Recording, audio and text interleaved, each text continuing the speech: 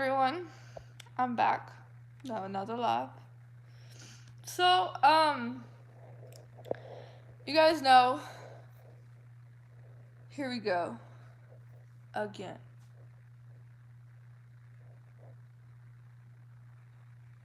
The other live that I had, what ended up happening that my battery died.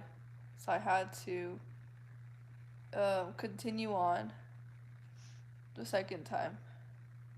Because I'm not done. I went on a full rant and then my phone just died and I was like, I have no idea where I just left off on. I tried to, get back on to the live stream, but it wasn't allowing me. It happens a lot of the time, it doesn't allow me to get back on the live stream, so I had to start a new one. So as I was saying, that's another form of how they try to steal your authenticity by trying to, you know, um, become just like you. But it's like, it's become so, uh, so toxic,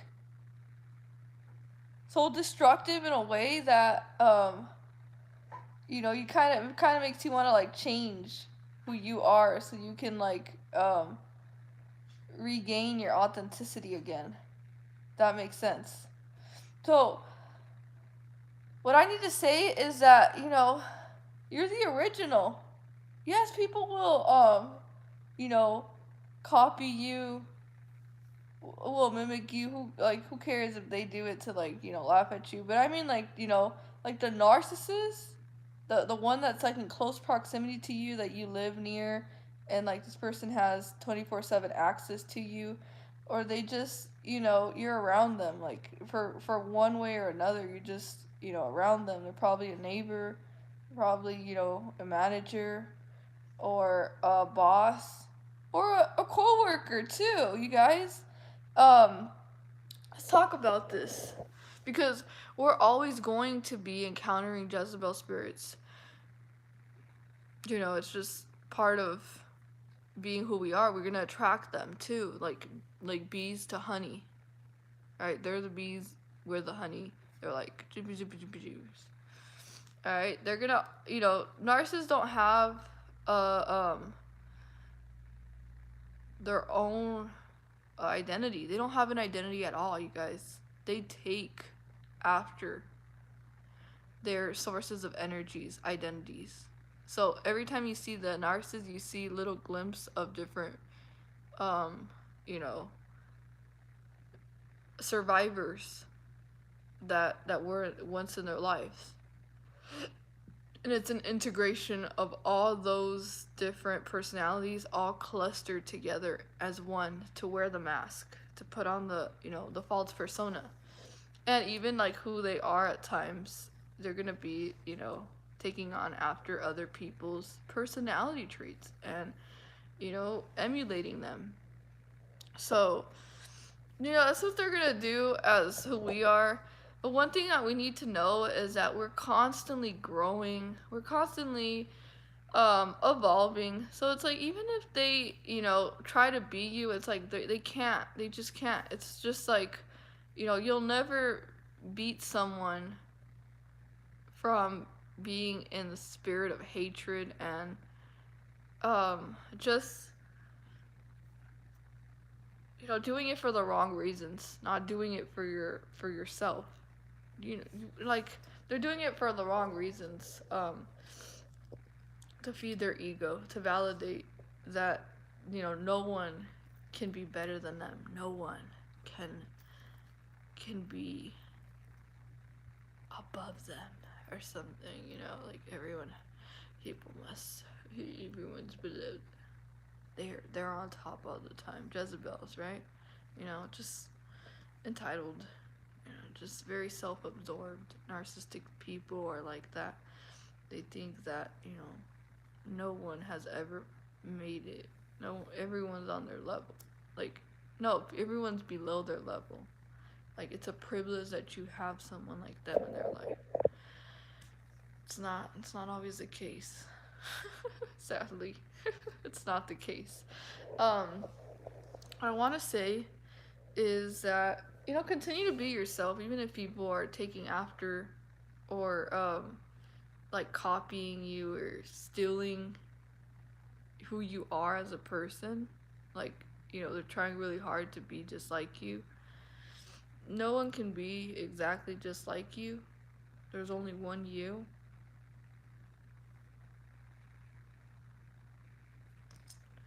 And it's just like you do you best by being true to who you are and be genuine. Like, just being truthful and who you are. Like, you're not trying to be nobody else. You're not trying to be somebody that you're not. And that's the sad part, is that they're trying to be somebody that they're not. They're trying to be just like you, which is like, they can't. And that's why they try to start to sabotage you when they realize that they can't have what you have, because what you have is just like naturally you. It's part of who you are as a person, your personality, and how you carry yourself.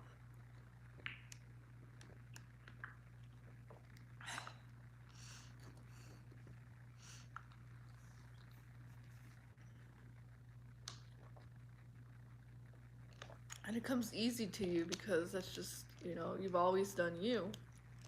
Um, but it's a lot more difficult for them because they have to, pretend to be this character in your life.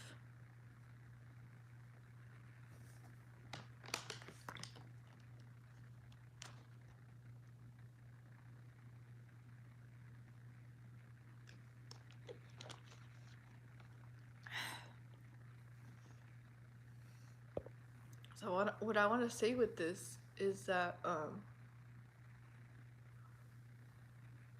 exactly, yeah, you can't fake the highest of all, Yeah, you can't. Like, they are idolaters. They idealize themselves. They worship themselves. They chase after their pride and ego. And what they're doing it from a place of ego. Because you, by just being authentic, it inflates their ego. So when this happens, it's like you bruise their ego. You attack them. That's how they perceive it, as a personal attack to their faults, mask, because you're able to see that, what are you doing? Like, you call it out. And now they're going to try really harder and harder and harder to keep up with you. And it's like, it becomes obsessive. They become obsessive over you because they like the things about you. And, they got close to you because they wanted to study you and eventually steal those things that they like about you. These are demonic creatures. Narcissists are demonic creatures. I don't categorize them as, fully human beings, because the way that their brain is wired, it's like a creature. They operate very differential than how we usually operate in, our natural human state of like being of empathy and seeing the world through a realistic lens, perceiving things for reality, for what it really is. They don't. They create this delusion, they create this false sense of self, that they're better than you, that they're above you, that they're above every other person, and that there's winners and losers in their life. In every relationship that they have, they're always the winner, and the person that they're with is always the loser. Like, it's childish. It's very childish when you think about it, the mentality that they carry, okay?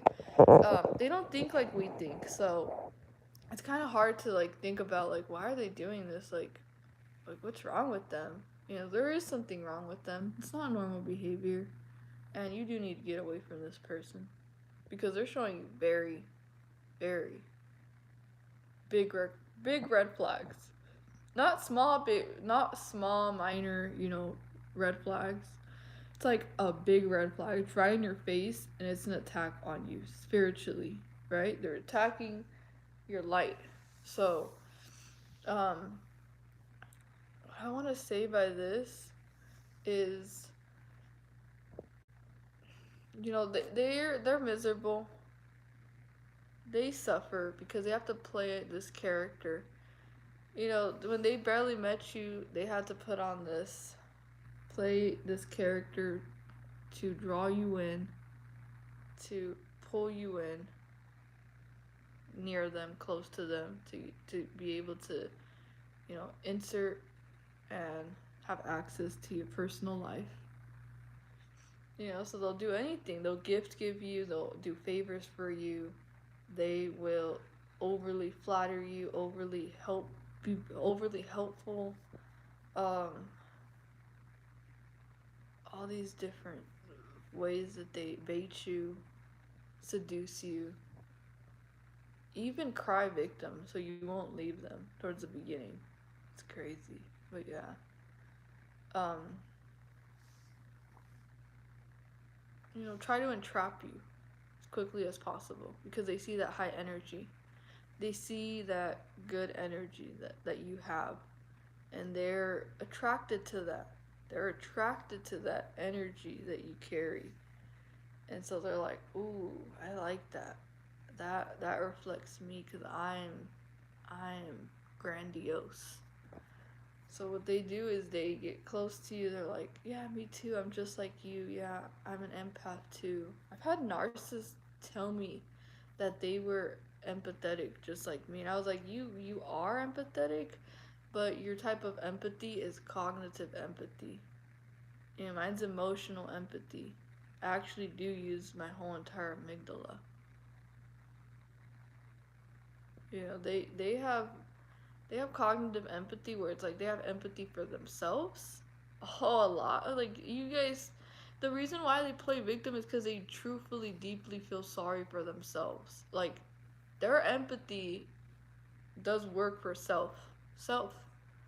I don't know if you guys have ever seen it, but, like, if you leave a narcissist, they truly feel that you have wronged them. And they will, like, they fear abandonment. It hurts them because it reminds them of their childhood wounds. But we do it for self-preservation. We don't do it because, we do it for self-preservation and to escape the the perception that they try to pull us in. They try to pull us into their world. Right? What we need to do is we need to learn how to not let people pull us into their world and invite people into our world.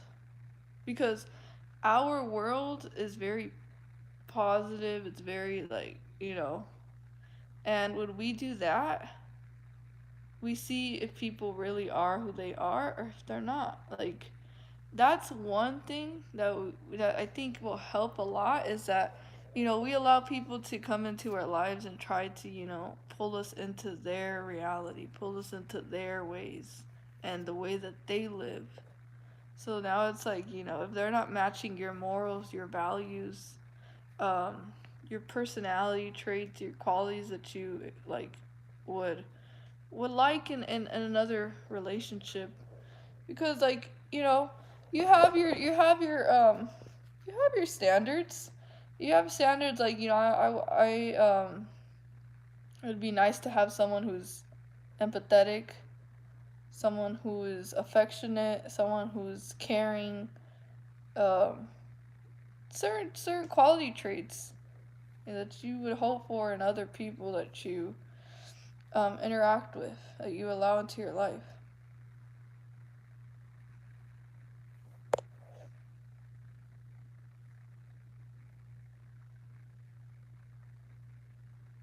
But yeah, what happens is that they see you as an energy source.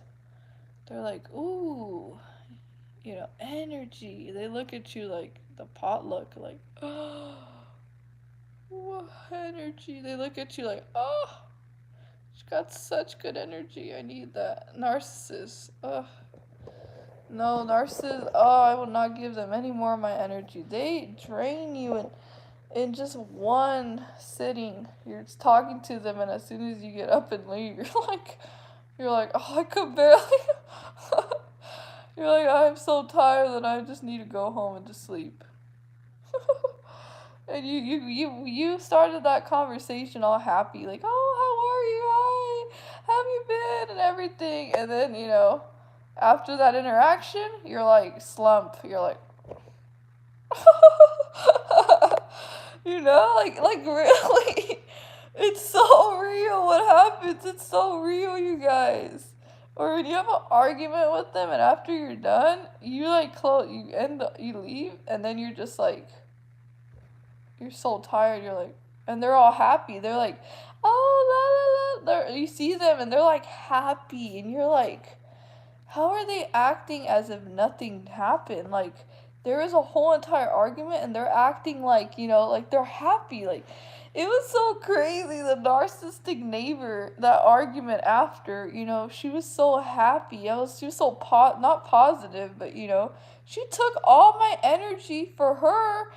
And she was like, all like, me feeling really confident, feeling really good about herself. And I was all down and like, just like, whoa, like, that was intense. But it's because this person was draining, like, pulling, extracting all the energy, like, a lot. I try sometimes to still come knocking on my door. Still comes, and I'm like, I don't open it at all. I don't open it. I don't give any access to this narcissist. I'm like, I'm not opening the door. I got nothing to talk to you about. And all the narcissist can do now is just throw bait my way. How many times have I been baited? But yeah, they attack your authenticity. They see that you're real, and what does narcissists do? They call you fake. It's funny now that I see this person for what this person really is. I see exactly what is taking place. Nothing is getting by me anymore. Nothing is getting by. You know what I mean? Like, it's just like nothing will fly.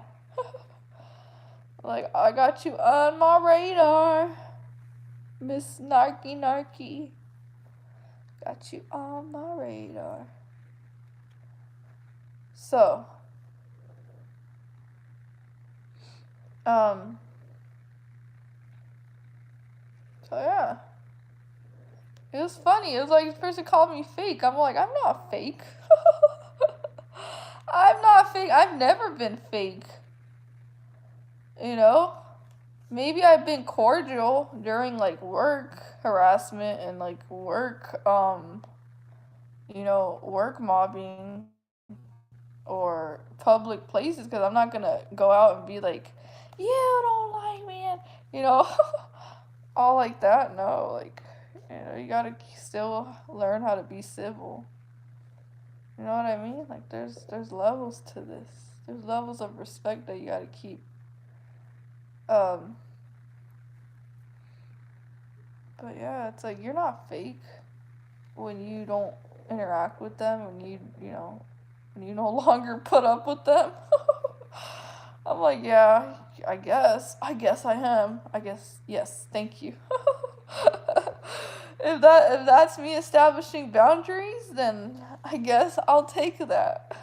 I'll take it. Shoot. I'll take it. I'll be like, I am fake. I am fake then. If you wanna see it that way, okay, But it's because I don't allow this person to have any access to me. They just come up with anything. But that's part of the attacking your authenticity. You see, it's like getting you to think it's something that you're not, to doubt yourself. Like, am I, or no? No, I'm not. I didn't even have to think twice. I just laughed it off. I was like, that's funny. Because now that I know what I'm dealing with, I'm like, Miss Jezebel, Um, I think you're referring to yourself. I do not comprehend you. No entendí. No entendí. Alright, so, anyways, let's just continue on with the topic. So, yeah, they try to steal your authenticity. Like, they'll try to be like, I'm the real one, you're the fake one. It's just petty. I think that's just petty. Petty. Projection. Yep, it's projection. It's gaslighting too. And deflecting. Deflect it all.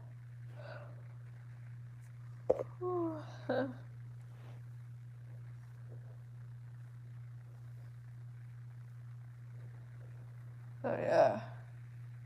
It's just crazy.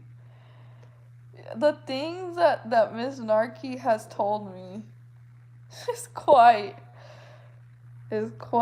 something. It's quite something. A hypocrite, a fake, a liar.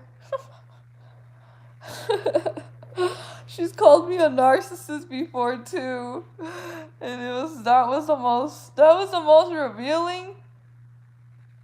That was the most revealing words that could have ever come out of her mouth. You're a narcissist. I'm like, am I? Am I?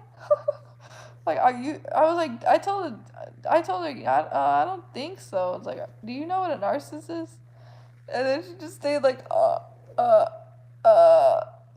was like, interesting. But yeah,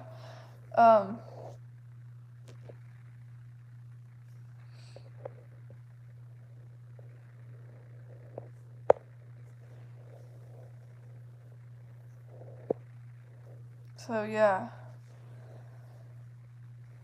So they try to attack that authenticity because they see it. And they see it and they resent it. So they resent you for that. And for that reason, they will attack that about you. Right? Because that is what makes them feel inferior. And they don't like that. So they would attack something that will help them feel better about themselves. And sometimes people will tell you exactly what it is about you that they find to be good about you. The same reasons that people attack you are the same reasons that you're doing the right thing. No. The what's the word? Hold on, I got it. What people attack you for is exactly what you can excel at. I don't know. Yeah, I guess like that. So what people attack you for is exactly what you need to be doing a lot more. So if they attack you because you're confident, then continue to be confident in yourself. They attack you because you speak the truth, then continue speaking the truth. Another tip that I have is don't let them change you. Like, most of these people don't know who they are. And they try to tell you who you are. They try to give you this, identity that really is not anything even close to who you are as a person. You know how many times people have told me who I am? You know how many times people have told me who I am? They're like, you're this and you're that and I know you. I'm like, you do? I'm like, you do? How? It's just so funny. It's so funny. It's funny. It's like, I just laugh. I don't know. I laugh now. Now that I think about it, I laugh. Try to paint you with this brush that's black, black paint, and just trying to, like, paint you and put you in a negative spotlight. And you're like, You're like, I'm the light. Like, excuse me? You know, they'll even tell you that you're negative. They'll even tell you that you're negative.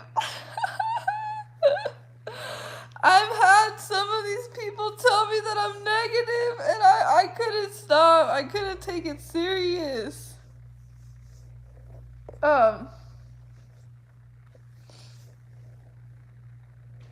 You know, I had someone tell me, "You're so negative."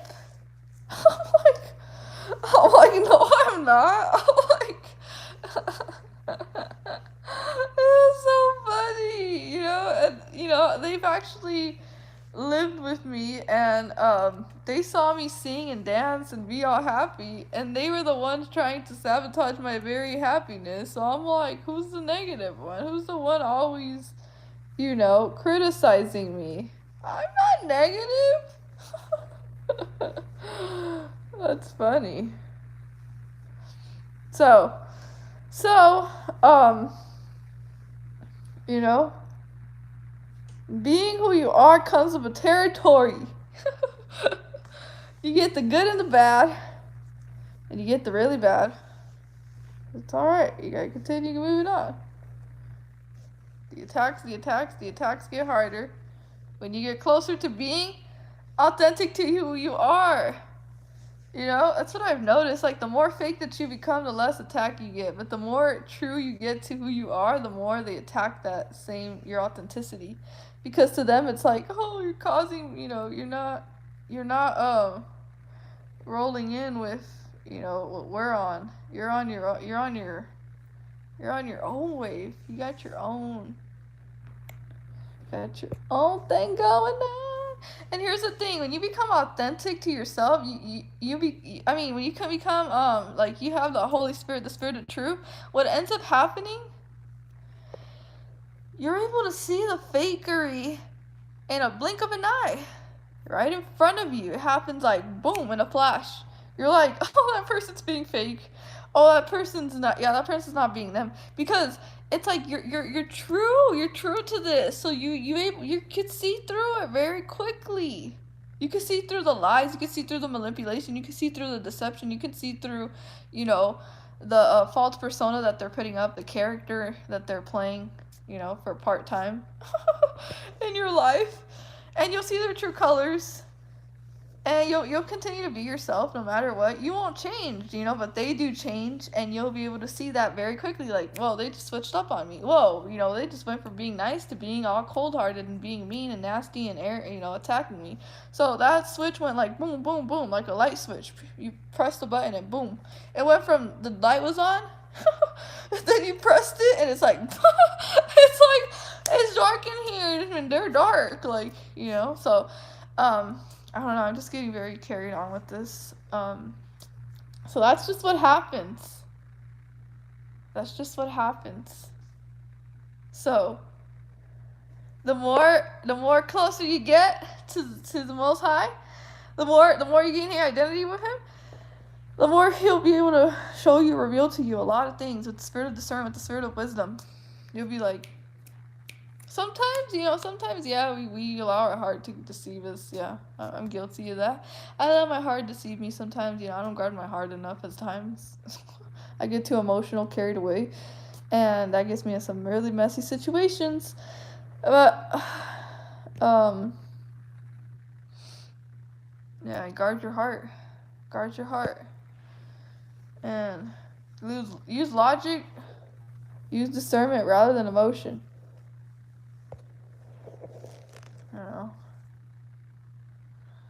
All right.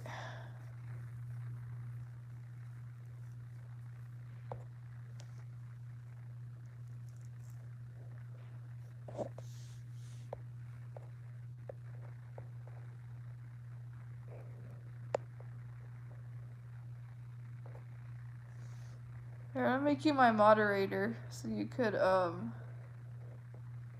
try to, delete them. I don't know which ones.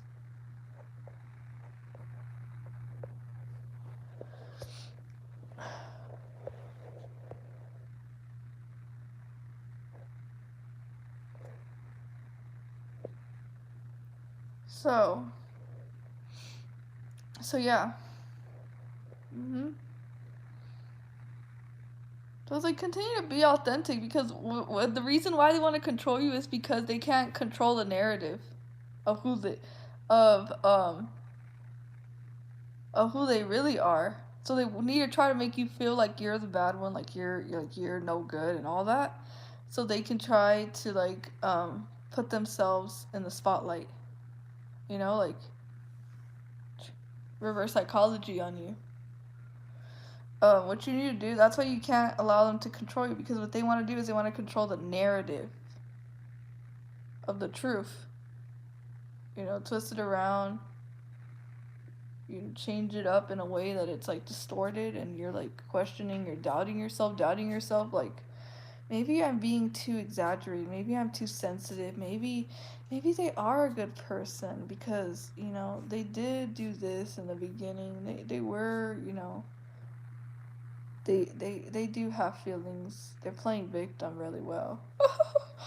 So don't let them control you. Like, that's why they want to steal your authenticity, so then they can control the whole entire narrative in your life. You need to not allow that. You have authority. We have authority to trample over scorpions and snakes. You could tell the devil to get right behind you too, as well. To get out of your way. That's just facts. So yeah. So yeah. I guess that's what I have.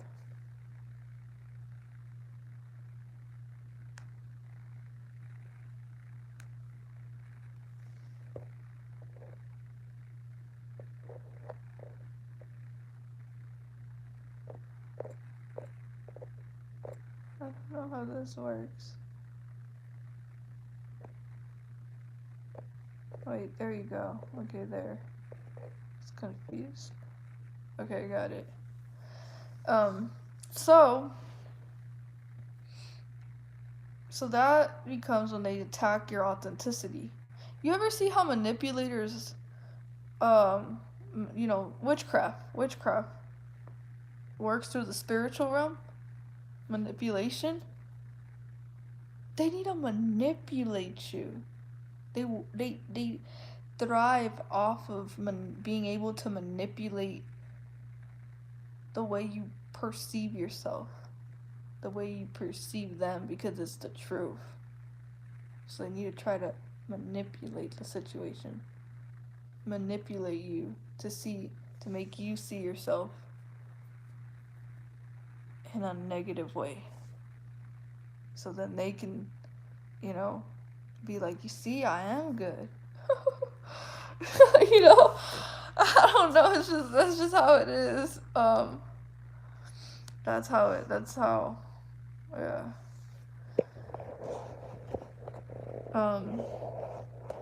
Don't let them do any witchcraft or spells, like with their words, spelling.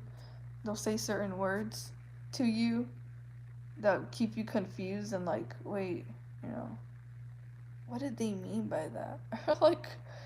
Or they'll say I love you, but then they'll treat you like they can't stand you. Just see it. It's not good.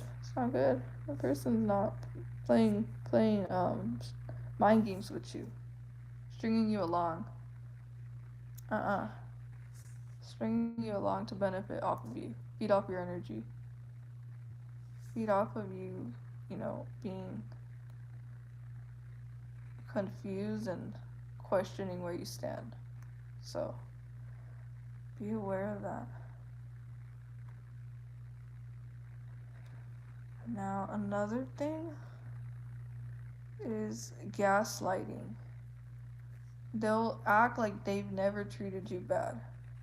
And if they did, they didn't mean it. And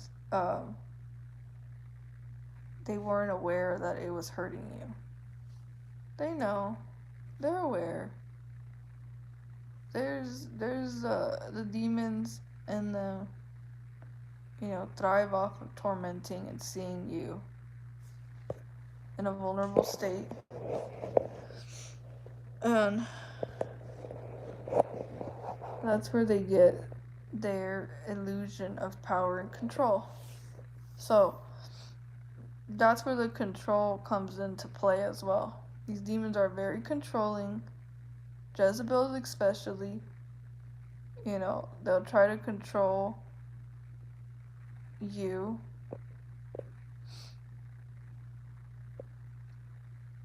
in a way where it seems like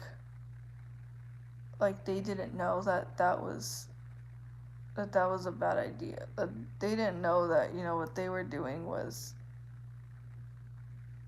making your life difficult. Yeah.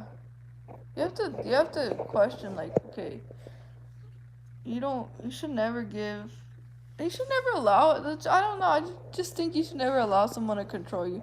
I mean, there's healthy there's healthy manipulation, but it's like if you use it for good, it's all about the intent behind, what you're doing. But they use it for evil. They use it for evil. Plain out simple. They use it for evil. They use the controlling for evil too, because demons thrive off of destruction. They thrive off of chaos and drama and tormenting people. They torment a lot of people. When you're around them, they try to torment you as much as they can. Bring afflictions into your life. Inflict their pain onto you. And you're feeling like, oh, I'm in pain. Maybe it's like they inflict pain onto you, and then you feel like, you probably did something bad to deserve it. You didn't do anything to deserve that. No one deserves to be treated how they treated you. No one deserves to be talked down to or talked disrespectfully that way. So, and that's when they control it. They're like, well, if you wouldn't have done that, then I wouldn't have done this. If you wouldn't have done that. You see how they want you to be the bad one? And then, at the end, they feel like, they did the right thing. No. They knew that what they were doing is try to bring you down because they felt threatened by you because you are above them. And they need to bring you down because they can't feel that, real happiness.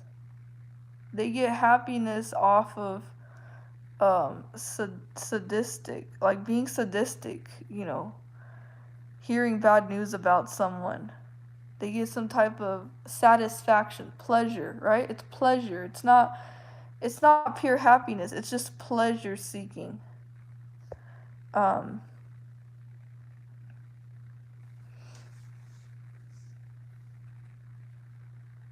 that's what we need to understand is that, they will never want to experience happiness with you, along with you. The only, temporary, fleeting, fake happiness is when they can manage to control you and put you down. So, you're not on the same page. They have different motives, you have other motives. It's not going to work. It's like an unrighteous person with a righteous person trying to make it into something righteous. The unrighteous person continues to do wrong, evil, sinful behavior, worker of iniquity, slander, a backbiter, works in deception, works of envy, works of hate, Jezebelian. You're like in the spirit of truth, love, pure happiness, pure peace. You have a sound mind. You're courageous. You're fearless. They're fearful because they're aware that if you continue on your path, you're going to become a lot greater than what they've ever expected you to be. And what they do is, they try to throw little jabs at your self-esteem, at who you are as a person, criticize you, attack your authenticity, attack your very essence of who you are. And how does that feel when someone's attacking you for who you are? Well, it's like they constantly have something negative to say about you. They never have anything positive to say towards you. And that's someone that you don't want to have around. People like that, a person like that, you do not want to be associated with. Have you guys ever experienced a person in your life that constantly, is very judgmental towards you, very um like harsh criticism, destructive criticism. It's destructive. It's not constructive, it's destructive. And this is attacking your authenticity. Making you feel like bad about yourself for being who you are as a person. You start feeling bad about yourself. You start feeling like, like maybe you shouldn't be the way that you are. Maybe there is something wrong with you. Maybe they were all right along because they continue to repeat the same thing over and over and over and over again, where you start to like believe it. And it's like, no, you need to get away from this person so you can see them for who they are, not for who they're trying to make you feel that you are. Um so this is how they do that. I knew this is how they do that. I knew that. Wow. I'm just speaking, but I'm speaking, but I'm just like, whoa, like that is so true. They do that to make you feel bad about yourself. Um, and then you start to feel bad about yourself, and then you start, trying to get their validation. You start to chase after them. You start to be very cautious of what you do because if you tell this person how you truly feel, how they're making you feel, they're going to say that you're wrong or something. And then you'll be like, am I wrong? And it's gaslighting too. It's like they got you gaslighting yourself. And then you start to self gaslight yourself, and it starts to diminish. It starts to break down your self esteem because now you're like, I can't even trust myself. I can't even, my intuition is being, I'm not, my intuition is being put down. Like, I'm not able to use my intuition because, this Jezebel is just constantly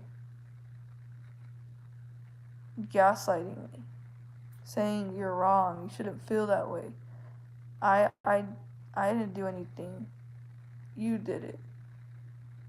And then because then you start to beat yourself up for it, and that affects your authenticity. Because then you're thinking about ways that you need to change yourself. And the whole reality is that you don't need to change yourself. It's the person that you're with. One thing that you do need to do is take accountability and not let anyone treat you that way ever again. And know what rightfully is true and untrue. Like, never allow someone to ever get that much leverage, power over you ever again. Like, once you've experienced these type of relationships, you build a backbone and you establish very firm boundaries that you're not willing to let anyone cross those boundaries. And I'm not saying start putting tons of boundaries, like secluding yourself away from people just because you feel like you don't want to be ever disrespected again. It's gonna happen. There's very disrespectful people out here in this world today that we're living in. There's very unruly people and uncivilized,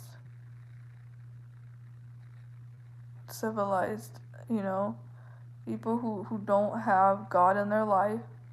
They're gonna treat you how they treat themselves, and you understand that says nothing about you, and they're a trash person. They're trashy, like they're demonic.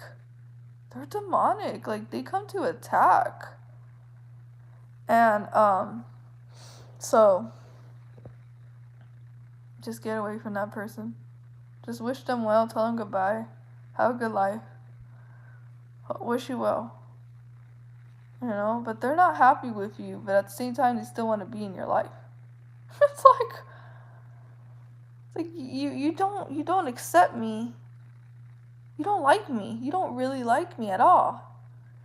You know, but you want to have that type of energy away from me. You want to take my energy away from me, but yet you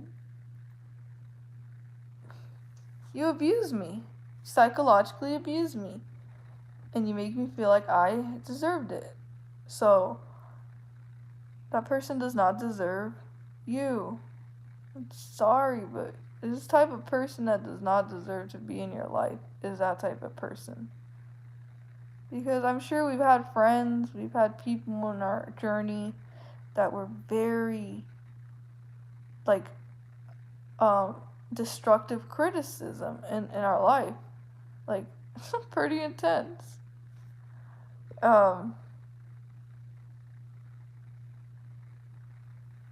So yeah.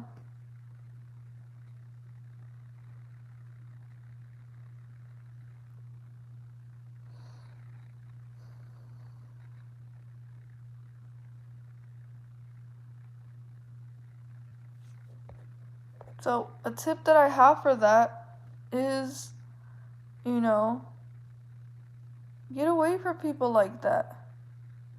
Like, don't give them too much information about you. If you work with them, if they're a boss, if they're, I don't know, like just a gang stalker even. Don't, don't, don't explain yourself. Don't explain yourself. Don't even, you know, try to work things out with this person. This person wants to only see the worst in everything, and, you know, they'll never see the good in you. And they just won't even appreciate what you're doing for them, what you're offer, what you're giving freely, how much you're investing into them. And at the end of the day, you know, all they do is are unsatisfied and end up punishing you because you needed to do more or you didn't do it the right way. Like, those type of people are just insatiable. They're never satisfied. The wicked is never satisfied. Wicked people like that will never be satisfied because they're after their fleshly desires. They're not after, you know, the soul. They're not being in the spirit. They're being in their carnal mentality. So, yeah.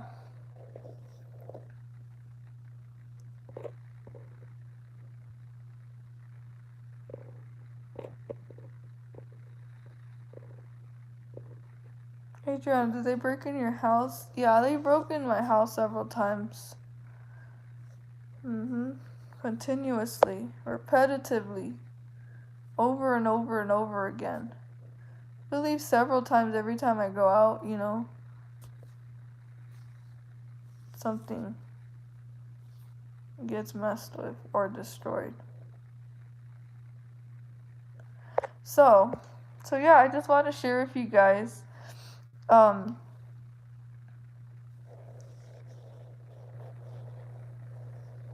Just want to share with you guys the type of people that do not belong in your life. The ones that attack your authenticity. This is a part 2 of that video. And some tips that I have for you guys is, you know, stand your ground. Stand 10 toes down on who you are. Don't let them change you or rearrange you to be whatever they want you to be. Be who you are, and if they don't like it, then they're not the ones for you. You know, I'm sure they could find someone else that is their cup of tea or their favorite you know, coffee. But, you know, that's who we are. We're strong, we're resilient, and, you know, they try to weaken us. And what we need to do is we need to stay in our power, in our truth, and not allow them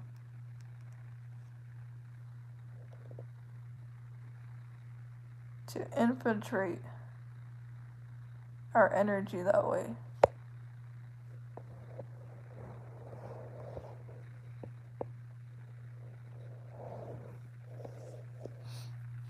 So, another tip I have is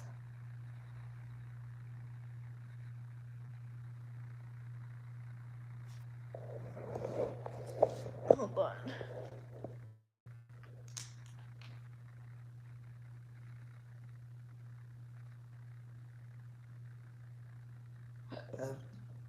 Excuse me.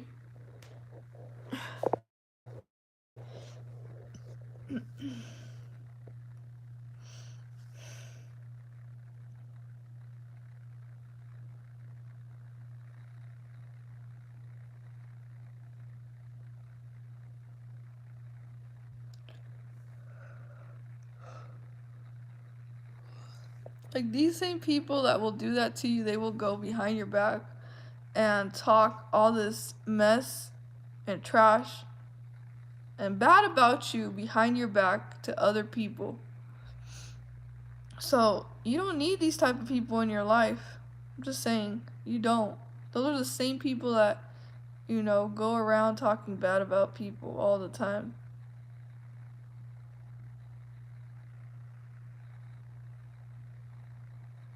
And energy vampires will bring you down, low to their energy. They'll drag you through the mud with them.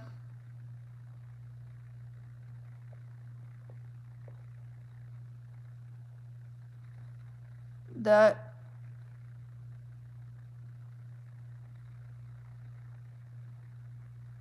you feel that it takes a lot more time to recover from energy vampires.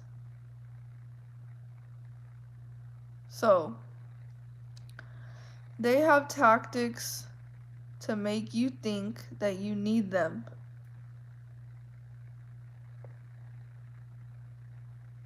They use tactics to make you think that you need them. Alright, so that's why they're overly critical. To get you in a state of dependence. Of dependency, to depend on them now. Alright, because they need to break you to try to shape you and give you this new identity of who they think you need to be for them. And that's not the case. You don't need to change for the worse.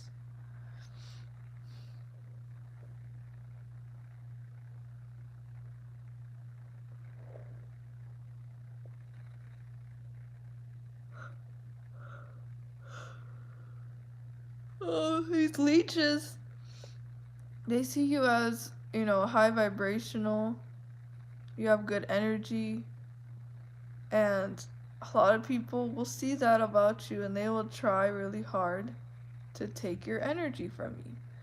These leeches need to come in to drain you of all that good energy, and when you're depleted, they will leave you alone. They will be dying to get rid of you. So, you have all that good energy, and they will take all that energy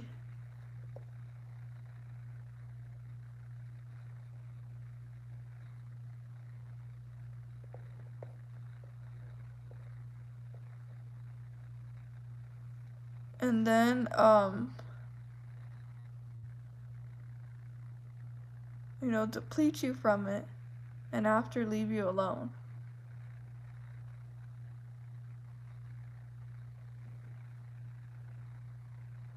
So they rob you from your energy and then they're done with you. Now,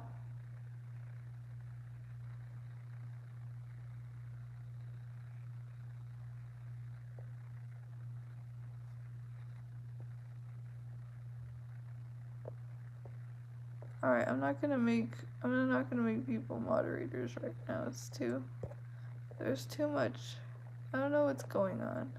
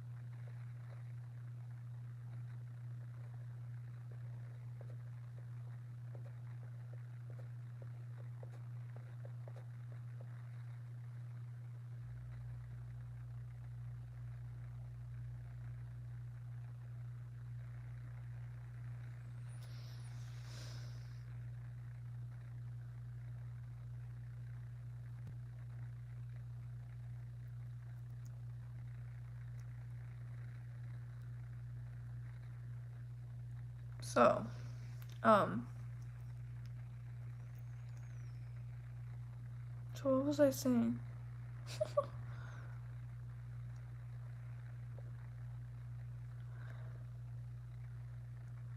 Oh, they try to come in, deplete you from your energy, and then they try to get rid of you, right? So, how many times have we been in those, um, situations with these gang stalkers who come, they draw us in, and then they take energy, and then they pull away, and then, they're nowhere to be found for like weeks or months or days, and then, out of nowhere, out of the blue, they just come back into your life. Or you give someone your phone number and they call you every once in a while, and then, you don't hear from them, like, like in weeks, but it's like they're not doing it like, out of like they just need their space. No, they're doing it because, they're waiting on you to get your energy back, so then they can, pop right back up to take that energy from you. So, this also takes away from your essence in a way because it's your energy. And you start to just, get trauma bonded to them. You get trauma bonded. And they they pull away, and then they push towards you. So it's the push and pull dynamic, the tactic. And that's what narcissists do, They come around when they need something from you. They come around when they want something from you. They come around to love bomb you and to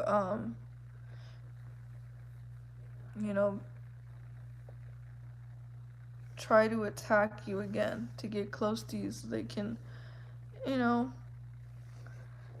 get vindictiveness. They're vindictive, so you gotta be careful of like those type of people as well. Just be careful. Be cautious of those type of people, the vindictive people who you've cut off because things went sour, and then they try to come back and act all sweet, but they're still sour. So you don't need sour people. Um, so They deplete you from your energy. Remember the times that you've been depleted by your energy, that certain person that you had, they were the ones that depleted all from all your energy. Don't take those type of people back into your life. They will leech off of your energy again and feed off of that good energy once they get the chance to, try to come back into your life. And they're very desperate. They're very, intrusive in the like they try really hard to you know get in your life. They'll do anything, really. Like, it's crazy. um so so yeah, they do that. But the worst, like, they attack your character. So it's not, they lie about you. They try to tell you things about you that's not even true. So then you could think that, you need them because they're a lot better than you. I don't know how that works, but that's just a tactic that they use. So, and they have that tactic of, like, um they manipulate you to think they need you, that they need you and that they're helpless without you, that they won't be able to survive without you. And it's like, no, like, they've been doing perfectly fine the time that they've disappeared. There is no problems with them at all.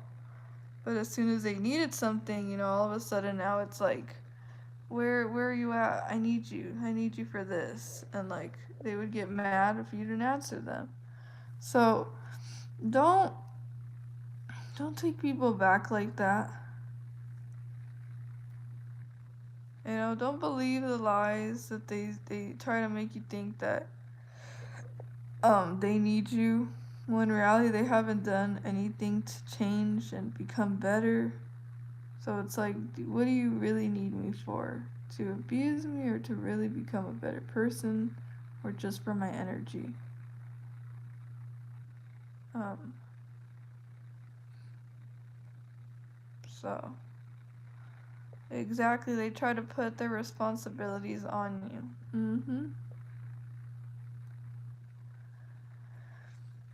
So one thing that I suggest, like, the tips that I have to give is,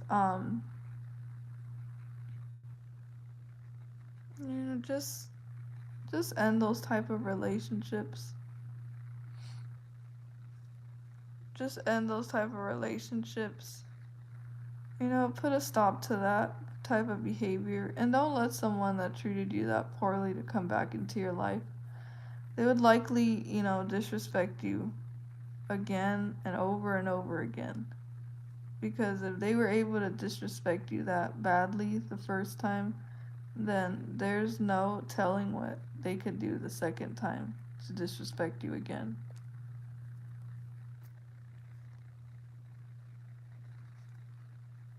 And another thing, when they attack your authenticity, is to remember that um, you have the right to be yourself. That's your free will. You have free will, and no one can take control over that free will that you have. And, they try to judge the things that you like, they mimic it, they antagonize it, they demean, devalue the things that you like. Anything that you like, they want to talk down and, make it seem like it's nothing, to make you feel like you make you feel bad for, having certain interests that you like. So it's very simple, you know. Um, well, you have to stop you from doing whatever it is that you were doing that was working in your life and that was making you happy. So let's say you started a small business, right? And you were doing good in that business, a clothing business, and you were getting You were gaining happiness from doing it, and just from like shipping items and doing all that. And those sabotage that business of yours, and now you feel like, oh, like, that was a waste of time. I should never have done that. What was the point of it all? And you don't do it ever again. You don't you just, you no longer want to do it because of what happened to you, of how your business was sabotaged. And they want to try to stop you from doing what you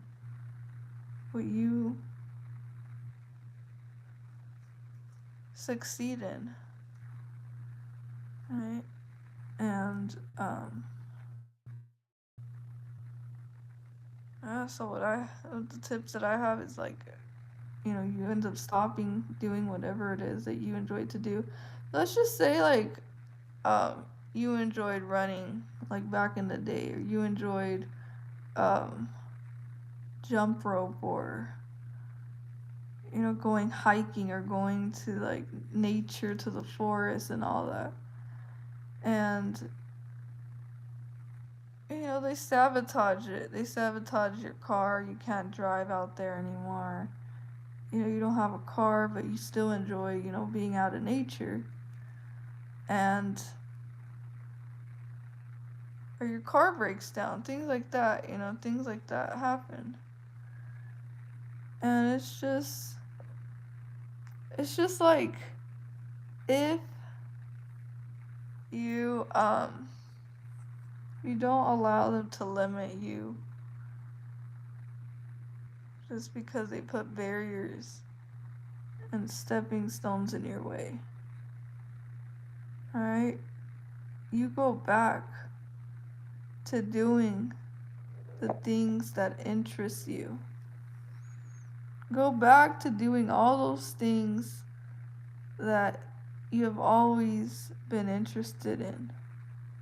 So, let's just say that you've been interested in nature. You love being out in nature. You love, grounding and being in a green forest.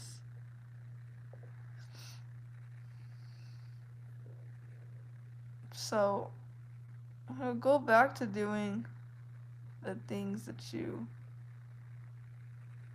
enjoy. Go back to all of it.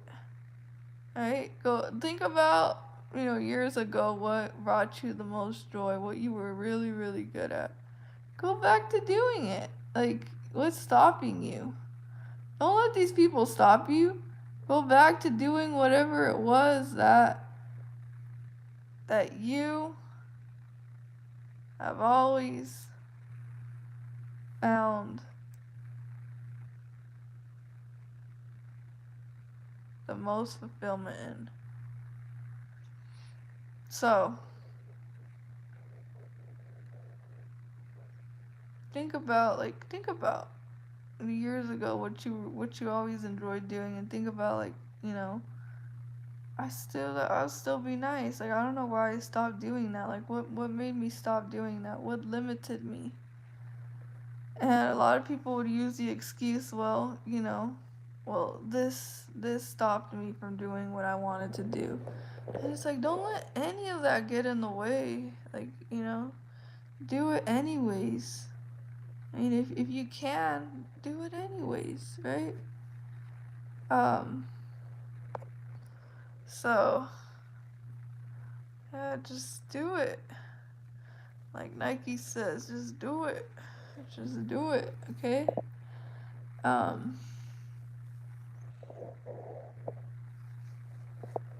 So why not now? Why not now? Why wait? You think about, like, oh, I always wanted to go out and have a gym membership. Why not now? Go do it. Go get your gym membership and go start doing some cardio. You used to enjoy fitness. You used to enjoy doing weights and lifting heavy weights and all that type of stuff, like, psh, psh, psh. And you were really muscular. And something, some life things happen.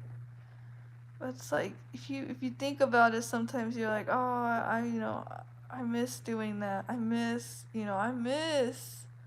going out for a run. I miss going out for a walk. I miss exercising. And you just, you remember how much happiness that just brought you whenever you would do those things, right? Like exercise, being nature, um, being on your motorcycle, being at camping, going out on trips, traveling, being in nature, have your animals, spending good quality times.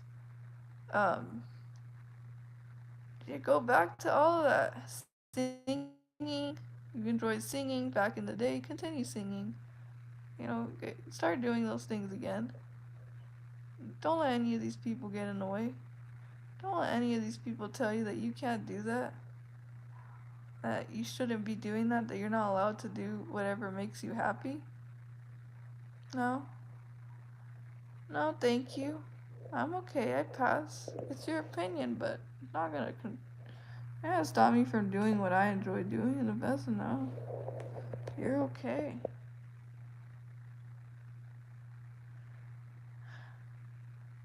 Who cares if they don't like it? It's okay. You don't need to like it. You don't need to. I'm doing this for me. I'm not doing this for you. And that's not selfish.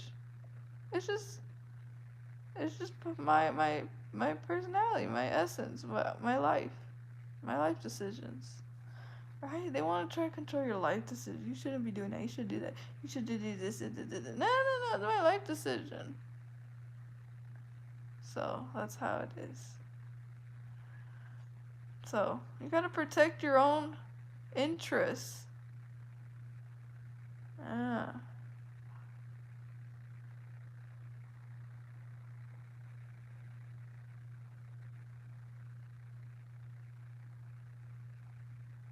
So it's better to leave them alone for good. Leave them alone for good, you guys. You don't need them. You don't need these type of people. They actually, need you as an energy source. And they do you more harm than good. They do you more harm than good, so. Bye. Yeah, these people do you more harm than good, being around these people. You know it. We all know it. We know it. Like, we deep down, we know it. We do. We do. Can't lie about that. You know that someone does you more harm than good. You know when someone, causes you a lot of heartache. Alright? So, it's okay. It's okay to let people go. It's okay to, remove people out of your life. It's okay that sometimes God will do it for you too. It's okay, let him. Don't hold on to what's not um what's not in God's purpose for you. What will lead towards your damnation. I don't know.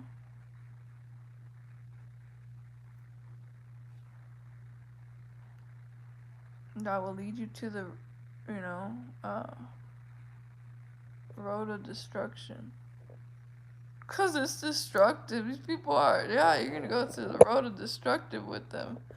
You know what I mean? Like, it's just true. It's true. Um, it's really true. Just think about it. Like, they being led to? You don't see any improvement in their life, so you need to pay attention.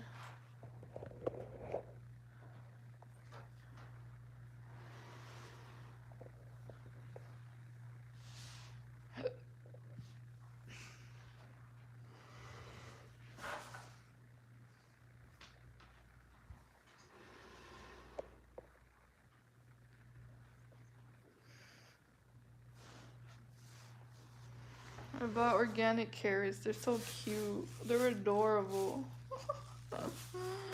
They're so cute. You guys, I figured out another smoothie I want to share with you guys. I actually saw it on this restaurant, believe it or not, you know. It said they have like jugos, you know, a juice. And I was like, that looks so good. What do you guys think about this? Carrots with orange. I was like, that's good. That sounds really good. And so I'm gonna try it. I was like, you know, I've never tried that type of combination. Those two different, what do you call it? One, I don't know, but yeah. I don't even know what I'm saying right now. But you'll get me. You get what I'm saying. You get me. You know.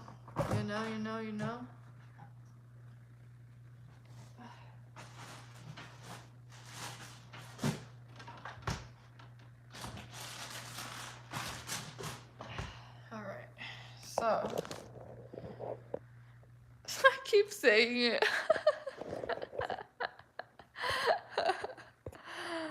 So yeah, try it, you guys. Try it. Just try it. Orange with some wait, not tomato. Carrots.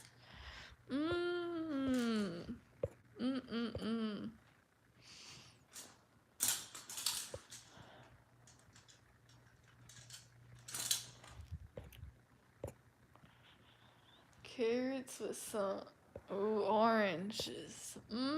Just orange. It's just like really orangey, I guess. Have you guys ever tried that? I also got a dragon fruit. It's huge though. I was like, this dragon fruit is huge.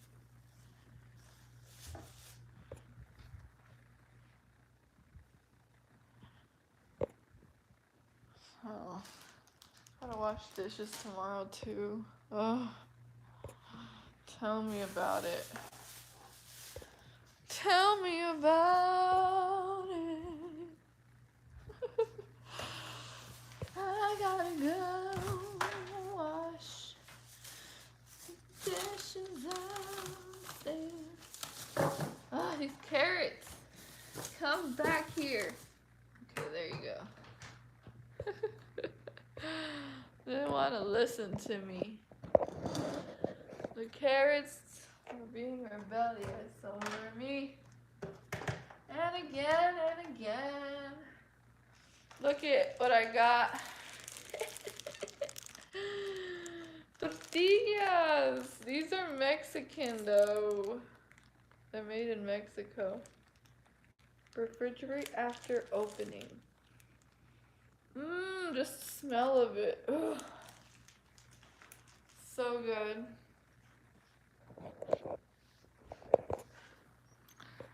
You guys remember I said I was going to do another recipe for you guys?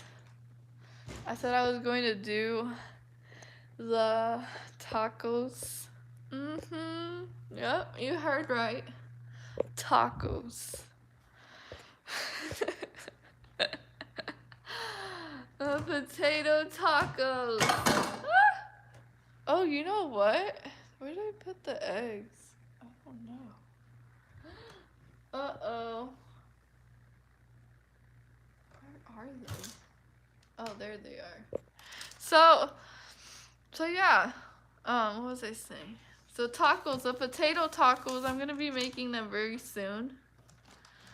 And I'm excited. Hold on. I'm gonna put these down. Ugh. Why? I have so much stuff in this mini fridge that just doesn't fit. Tomatoes, get back here. There you go.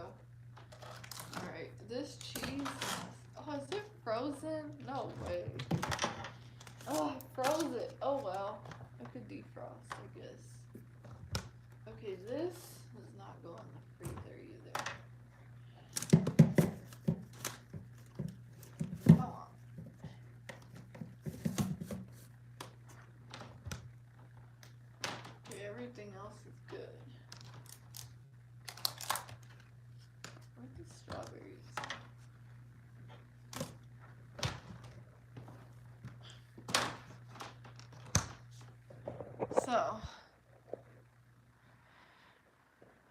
Try potato and egg tacos, my guy. Wait, potato and egg tacos. That actually doesn't sound bad. You know what I forgot to get? I forgot to get beans. Cause I wanted to have beans with eggs in the morning for breakfast. Sounds so good.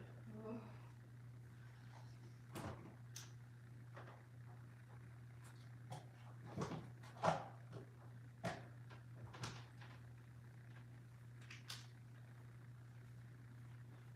I've just been craving like Mexican food lately, and it just sounds so good. You know, just like a side of beans, like not pinto beans. I mean, yes, pinto beans, but they have to be um smashed.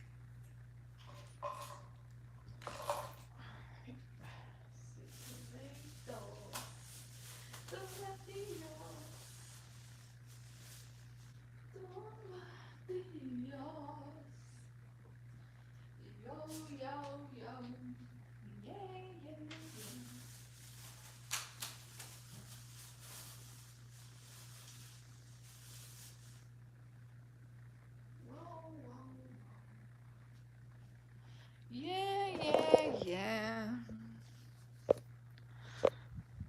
Okay. So, yep, I said I was gonna do it, and I kept my word. Kept my word.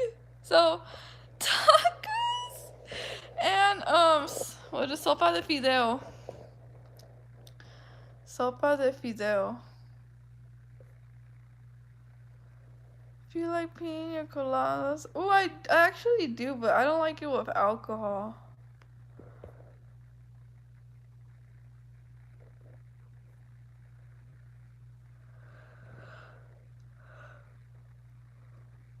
Orchestra.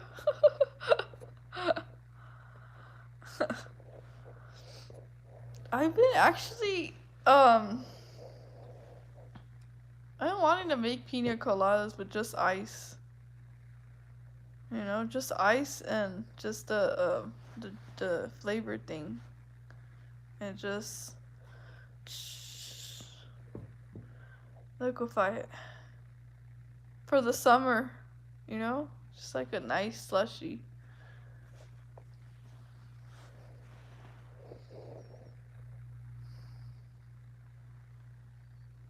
The only one that I'll tell you that I do in moderation, like very little, is margaritas. I don't know why. I don't know why. But, you know, like every once in a long time, just one margarita will do. I like it. Yeah, I like it with I don't know if I'm allowed to talk about alcohol in this live stream. But, you know, just put salt. Sound like an old lady. I don't know much about alcohol.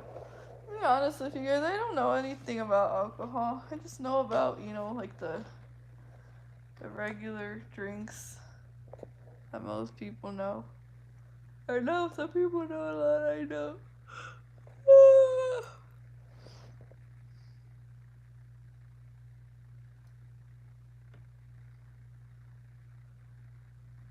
Liquid taco? Oh, no, I would not do that.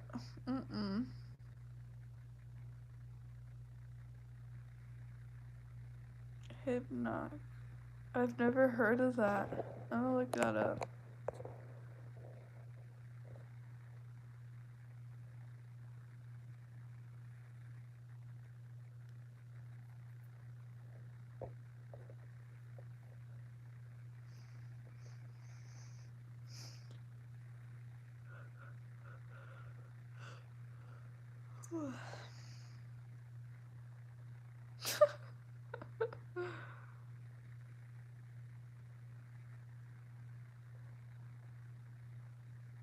Will it blend? I believe it'll blend. Yeah. Yeah, because I've done blendies. Blendies.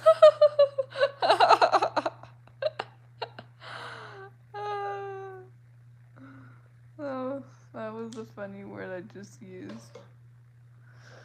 Blendies. I've done smoothies before.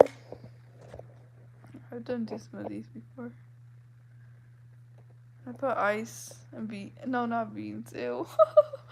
I put ice and bananas and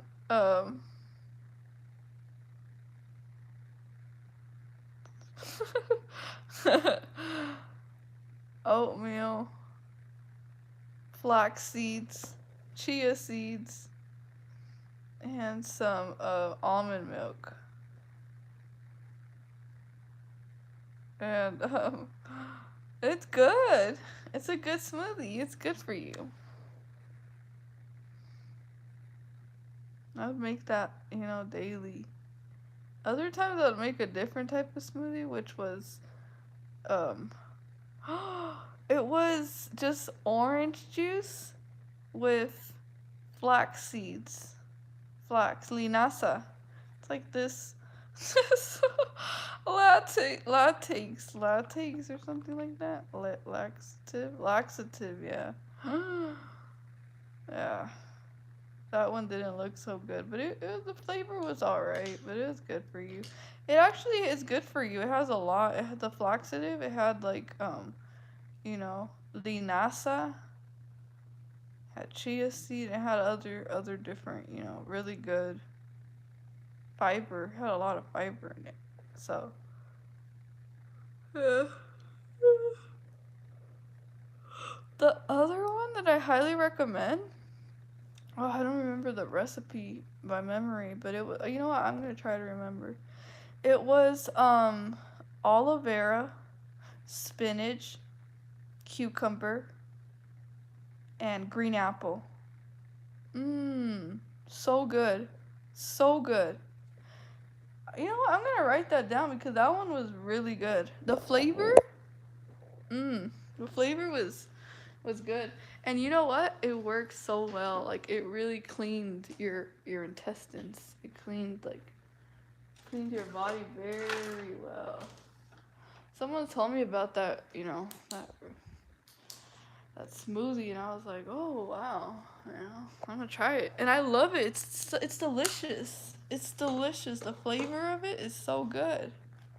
So here it goes again. Aloe vera, spinach, cucumber, and green apple.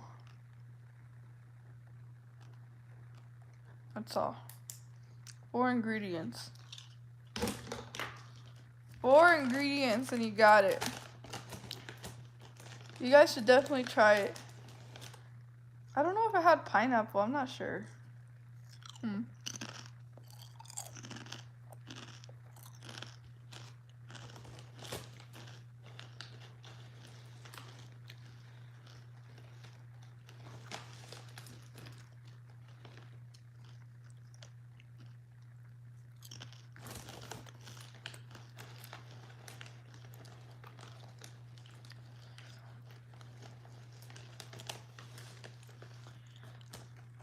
You know, I want Mexican tacos too, but I want tacos from Mexico actually. Like real Mexican tacos from Mexico.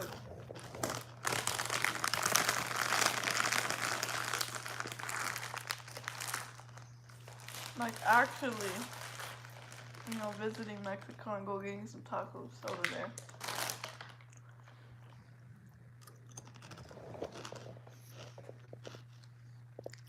Sopes.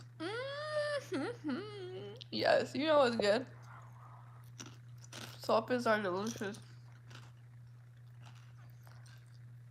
Not gonna lie, there was one time that a family member made sopes, my family, that like when I lived over there, it was so good. It was sopes with chicken, like shredded chicken, potato, like like little bits of potatoes, like squares, and a green salsa, homemade, like a green homemade salsa with the chicken and the potatoes and the salsa together. And with the sope and beans, like you put beans first, like at the first layer, and then you put the spicy chicken with the potato and the green salsa. Put some lettuce. You put that fresh cheese that breaks apart, that Mexican cheese. And then sour cream. Sour cream. The Mexican sour cream. The liquidy one. The one that you just, it's very creamy. And yeah, you put oil. No, wait. No, first never mind. First you have to put the oil in, and then you put the soap in. And you allow it to fry. And you take it out, and then you put all the ingredients on top. And all that. So good. I remember the flavor of that chili, that green salsa. It was delicious. Delicioso. So good. I was like, I was like, wow, that is this. It was so spicy to the point where it was just delicious. Like it had a kick to it. Oh, it had spice. And it made you like go like this. I need water. But then you were like, can I have another one? It was like that good. Have you guys ever had Mexican food where it's like spicy and you're like and then you're like, I need water. But then you're like, can I have another one though? Yeah, can I have another one? Because it's so good. That's what I love about Mexico. It's like it's spicy and then it's like so good that you just want more. I love that salsas. But I wish I would have had the recipe to that one. I wish I would have had that recipe of that green salsa because, that person that made it, ooh, it was like delicious. It was so good, you guys. You know what? Have you guys ever been to Juarez? There's some delicious burritos over there. They're so good, you guys. The Juarez burritos, they're papas. It's like a papa. Yeah, it's just potato. Oh, you guys need to try it. If you guys ever go to Juarez, Mexico, there's this bus lady. Not bus lady, but there's this truck. There's this truck and she parks at a certain street location and it's like a stand. People get in a long, long line. And you just order it right there. As soon as you get there, they're like, okay, do you want a salsa verde burrito? Or do you want the red burrito, which is like potato with carne deshebrada? Like it has that type of meat, deshebrada or something like that, with potato, and then it has the red sauce in it. That one's not spicy at all. It's not spicy. It's just it's good. It's still good, but it's not spicy. It just has like a very nice, smooth taste to it. The green one, ooh, that one's really spicy. The last time I had it, I was like, oh, that one's too much. But it's so good because it's so smooth. Like the flavor, it's like so smooth. I don't know. It's like so esquisito. Is that a word? Esquisito, like that. So yeah, I love the burritos of Juarez. They're very popular, you guys. Check it out, even through YouTube. Just say burritos in Juarez. Like it'll show up. It'll show up because it's like it's one of the most um popular burrito place that, people go to eat. Those burritos. Really good. So good. It makes me want to just oh, I wish they had those. And you know what? They have really good taquitos. They have good tacos. They have those tacos that, like they're so thin. They're so thin.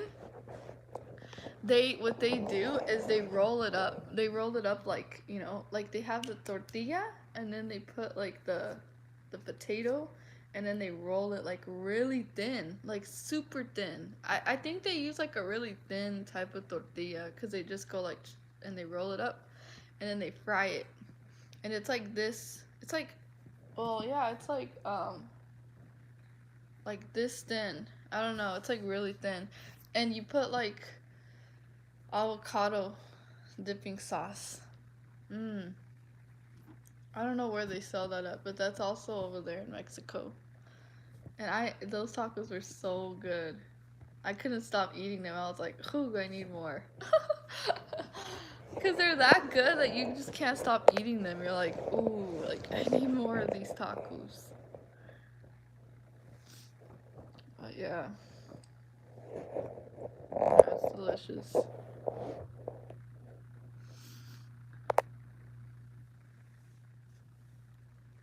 And then there's other tacos in Tijuana. TJ. I think one of them is called Tacos Manuel, if I remember. Yep, I remember.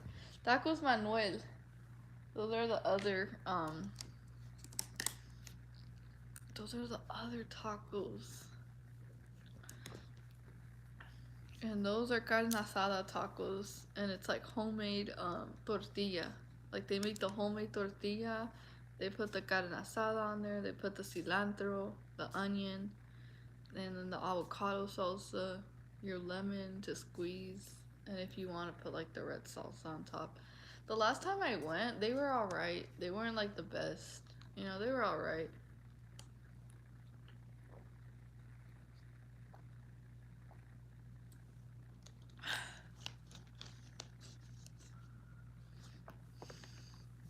Oh yeah.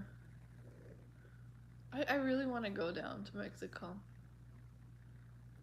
I really do. I want to go and see the culture and all the life and all that. I just want to go in a different scenery, you know.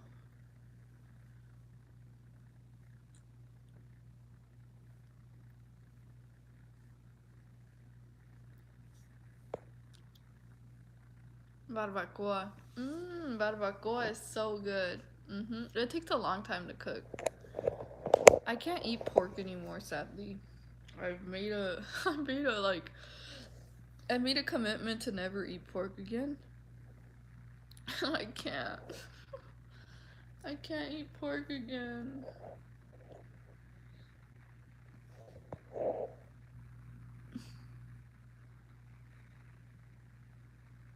Wait, who's talking like she's been there? I've actually been there. I have. I've been to Mexico. What do you mean? I'm like, what do you mean? I've been there. I've been to Mexico countless times, several times throughout my whole entire childhood. Throughout my whole entire childhood, I've always gone over there. That's why I'm talking about the burritos and tacos and the places you should go visit. I'm Mexican. I'm Mexican, not white. Even though my skin complexion is light skin, I'm Mexican.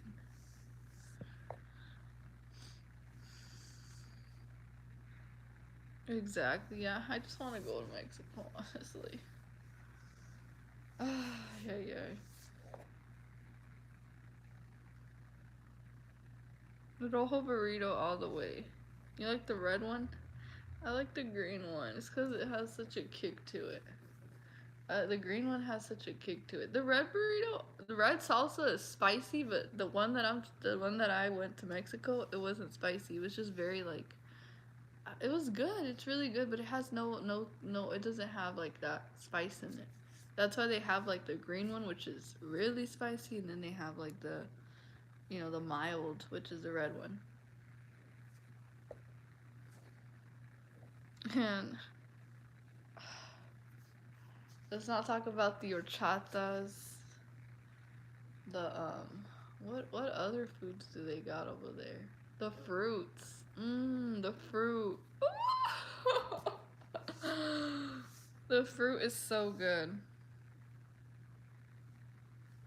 The lote, yes. They actually had those where I grew up. They had those where I grew up in the city that I lived in. They would put mayonnaise. They put mayonnaise like mayonnaise on the corn.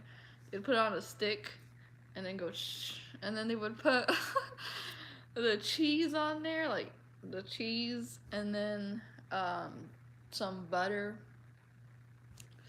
On the bottle, they would put the butter right top, and then the chili powder. And if you wanted tapatio or you wanted the chili powder, you could choose either or.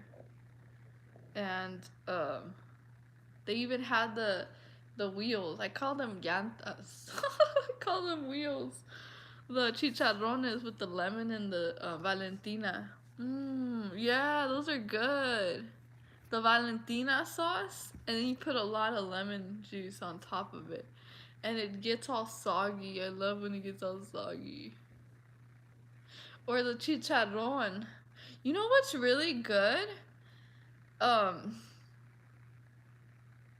what is that? What is that? Tostilocos. I used to love tostilocos, but I can't eat those anymore because of the pork. I can't eat pork anymore.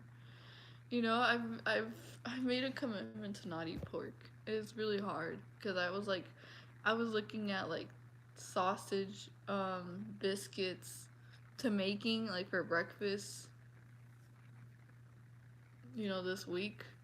And I was like, oh, that sounds good. Like just, buying the biscuit bread and then putting like the sausage and the cheese and just, eating that for breakfast.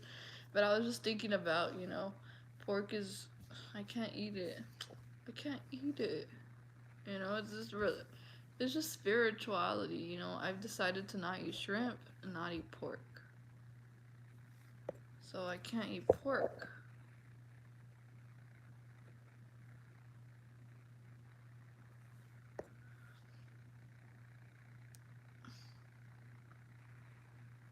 So I don't eat shrimp and I don't eat pork. I don't eat both of those. That's not true, Young Justice.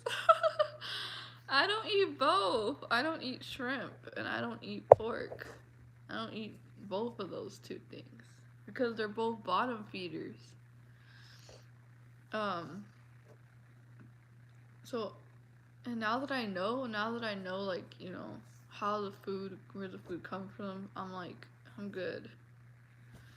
I'm good. I'll probably stay away from it because it's just, yeah. I wish I could, but I don't eat that.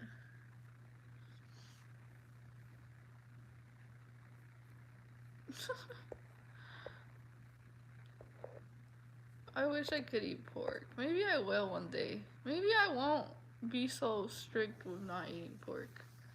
Because I was really craving those, sausage biscuits that I was going to make for breakfast. I didn't end up making them. Where did Young Justice go? Oh. So yeah. Maybe I could eat pork. Who knows? But I just read, from other people who would say like that, in the Bible it says to stay away from bottom feeders or something like shrimp and pork because they're both, they both eat from the bottom, which is garbage, technically, So I was like, it's so good. Oh wow. Old Testament. Yeah, maybe that's why. But I'm not gonna lie, I used to eat pork. I'm not gonna lie and say like I've never ate pork in my life. No, I have. I have. I've eaten pork several times, if not a lot of times. You know, I had pork chops for dinner, with mashed potatoes and some asparagus. I've had barbacoa. I think barbacoa isn't barbacoa pork? Um, I've had hot dogs.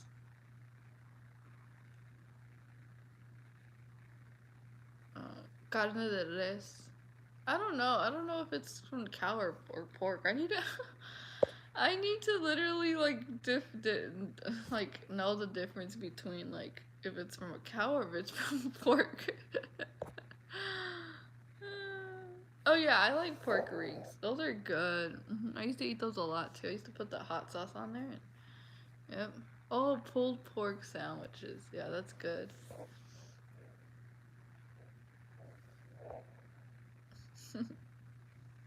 Yeah, so I guess I have it. You know what? Chorizo is another pork too. I've grown up on that a lot. You know, chorizo with eggs and chorizo with papas. Ooh, it's so good. That is so good though. It is delicious. You know, like a burrito. Mmm. Burrito like that is bomb. Maybe I will eat pork. Maybe I should have gotten it. Oh well. Because they were selling it, you know, today at the grocery store. They were selling, you know, they were selling the pork. Ugh, I don't like this lighting. I wish I had a different lighting, but this one's so dim. It is so dim. You know, and the one I have is like so bright. It's like super bright. I'm still gonna chat with you guys because I'm literally like, I'm just in a good mood right now to just chat. So, so yeah. Um, what was I saying? So, you know, I guess I should have gotten it because I was actually craving making where did the potatoes go? No way. No way.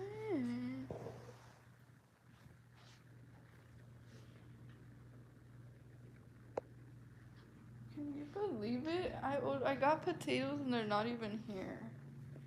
Oh, maybe I put them in the other bag. Yeah, food is delicious. I gotta take care of my diet too. My diet has not been good. So there they are. I was like, where's the potato that I got? There they are.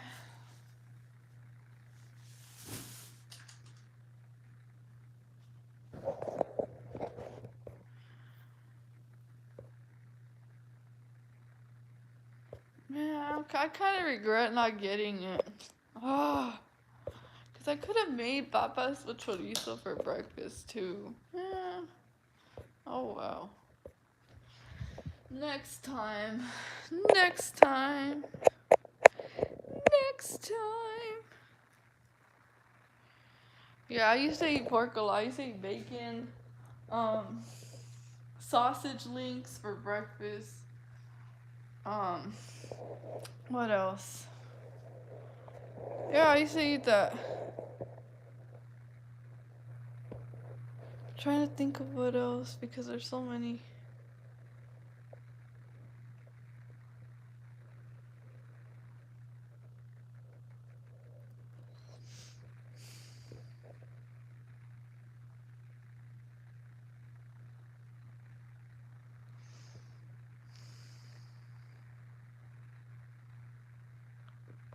Pork. I'm trying to think of anything else.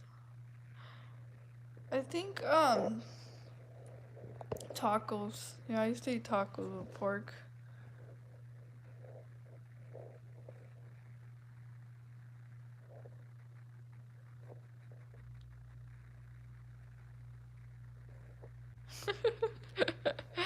That's funny. They walked away. You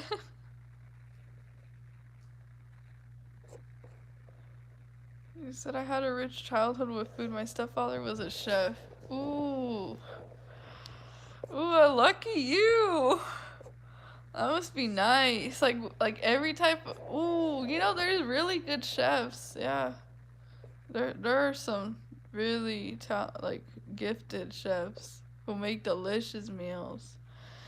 I followed one on YouTube, and she makes like some really like extravagant meals, and I'm just like, wow. Like they really know how to like make like delicious meals, like combine like,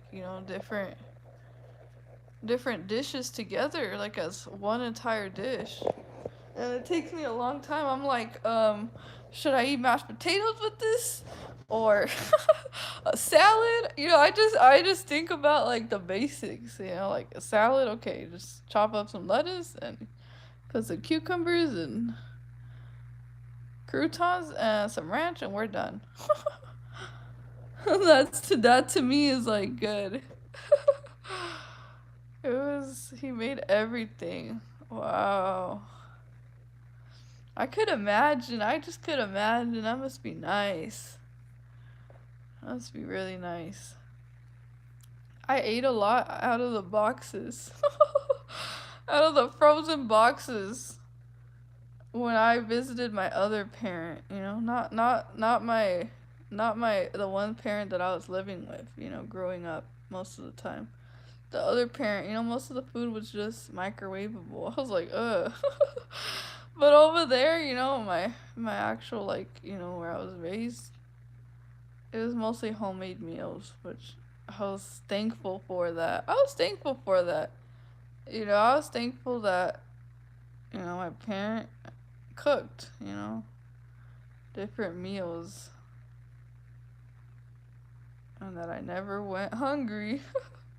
So that was nice. I mean, partly, I guess. Yeah, I'll just say that. So, yeah.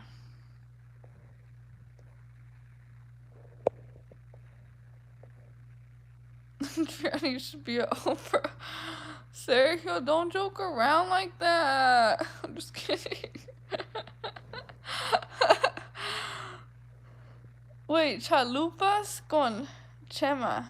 I've never heard of that. I've never heard of that. I'm gonna look that up.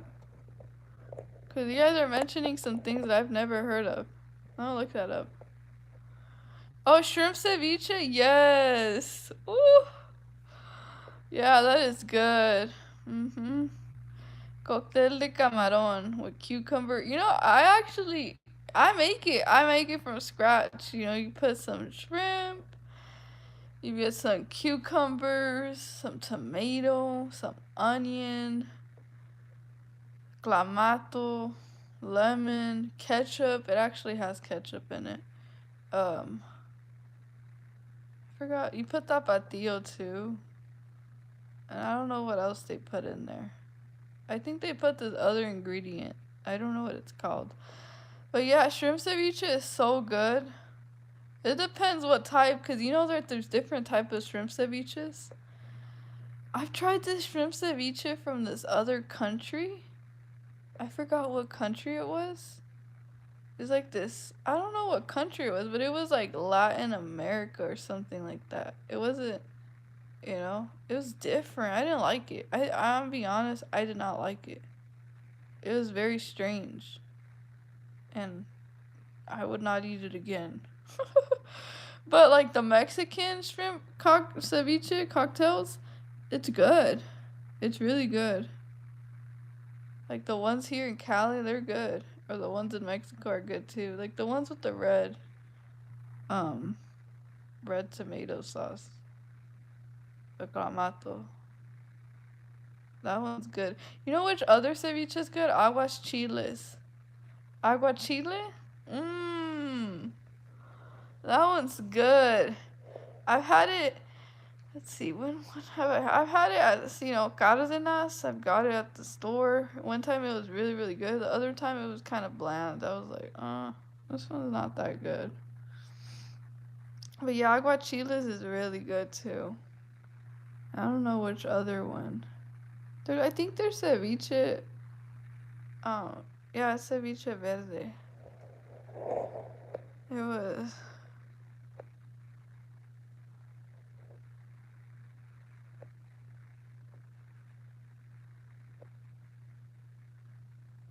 Time to go into the kitchen.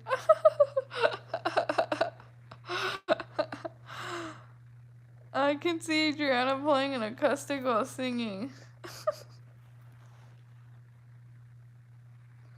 At my biological father's house, I was eating out of the freezer, but the freezer was full, no complaints. That's good. Yeah.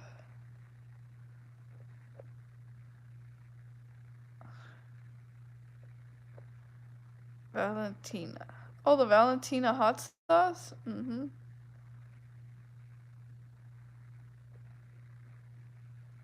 Some people don't like coconut. Hey, but Oh yeah, coconut shrimp is good. I actually, not to like be boastful or anything, not to be like show off or anything. I'm just sharing with you guys. I've made it before. I've made shrimp, coconut shrimp from scratch. I just I got the recipe from online and I was like, okay, I'm gonna make it.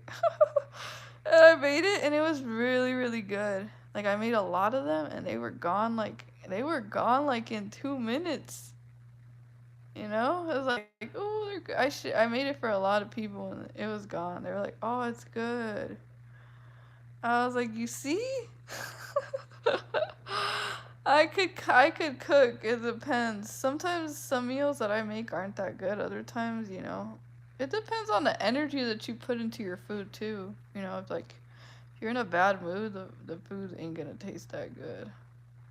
Yeah, that's just how it is. Food is powerful too. Isn't that crazy how certain things are just powerful? Like the food depends on the energy and the type of effort that you put in to make the food taste good. And if you don't, it's not going to taste that good. Tofu ceviche. Never tasted that. That sounds interesting. I don't eat pork anymore. That's what. I just torchata when I was eating coconut shrimp. Mmm. Coconut shrimp, is it good? It's really good. Mm-hmm. Which other one I like to make? I like to make honey walnut shrimp. I made honey walnut shrimp and ooh, it was so fire. Like I made that from scratch. I made some batter. I fried it. I made the sauce, which is like mayonnaise with honey and condensed milk. And what else does it have? Yeah, the honey walnut shrimp. The walnuts, you have to put sugar on it, and make sure that it dries up so it's crunchy. It has its little tricks. Green or red salsa, Adriana? I'm a green guy. Um,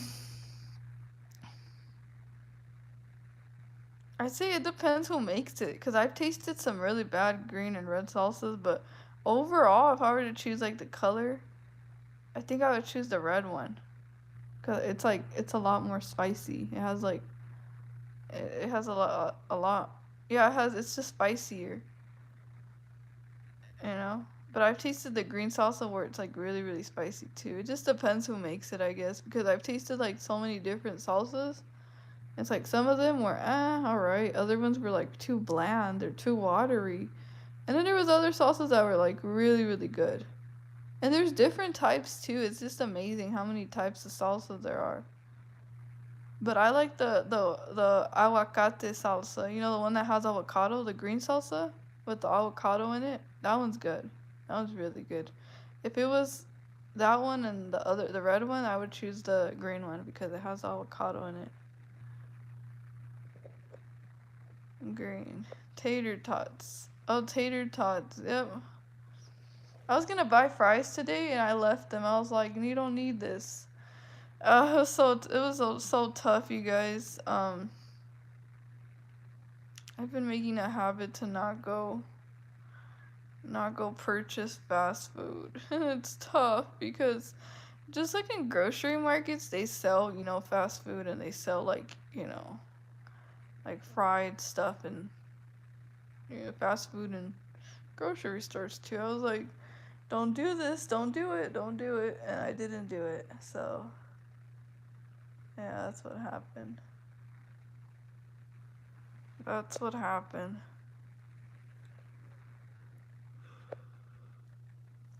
There was a couple of things that I left. I was like, oh, I should have got those things. Like, it happens.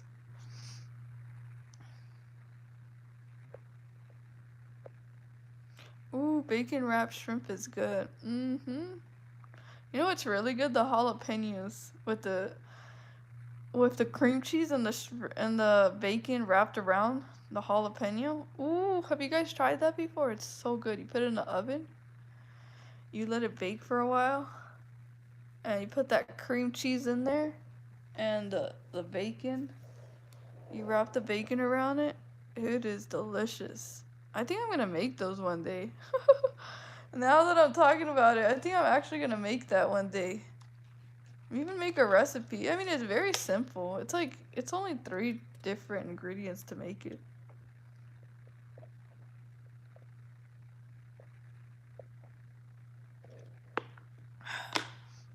Have you guys ever had camarones a la diabla? I mean, that's the name of it, but it's like spicy shrimp. You know what? Oh, you know what? I think I'm gonna share with you guys. I mean, I can't eat shrimp, sadly, and I can't eat pork because that's just part of my dietary. Ah, I wish I could because I used to eat it a lot. I mean, not a lot, but I used to eat it, in recipes and stuff like that. Um, there was these shrimps that I would make with chipotle, like chipotle sauce, and it was like this Cuban meal, you guys. Cuban, it's from Cuba, and it was just delicious, like really, really good. And you put garlic. Have you guys ever had garlic shrimp? Like really garlicky shrimp? Mmm. That is fire when you put so much. I mean, it's pretty. It's really fattening. It really is. Because you have to put a lot of butter in to like cook the shrimp.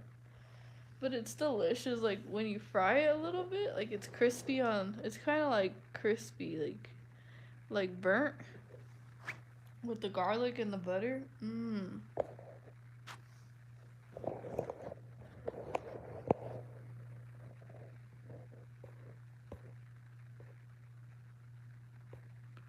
Chicken wing, chicken wing. Chicken wing, chicken wing.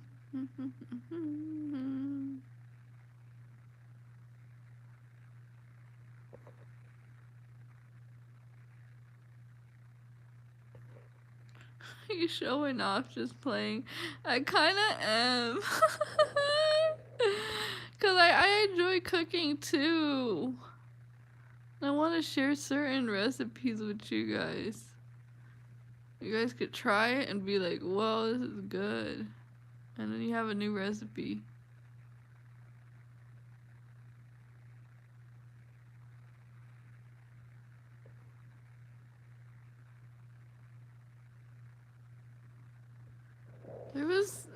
I'm kind of sad because I literally wanted to take desserts home with me and I left all of them. I left all of them. I was like, no, I didn't get the glazed donuts. No, I didn't get, the desserts that I wanted. I was bummed out. But I had to do it because I was like, you don't need this. You don't need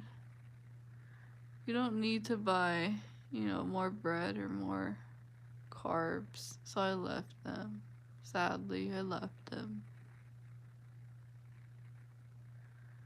Yep.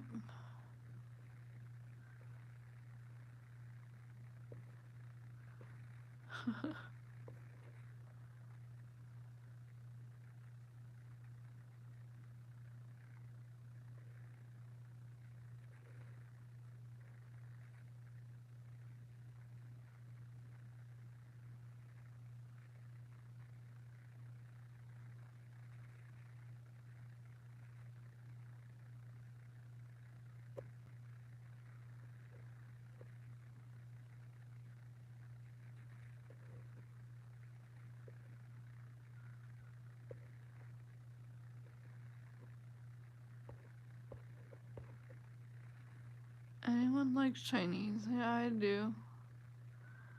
It's good. I actually was a fan of Chinese food. I still am. I love Chinese food a lot. I love Asian food in general. Chinese food is good too. I love the Chinese food in Mexico. Have you guys ever had Chinese food is really good.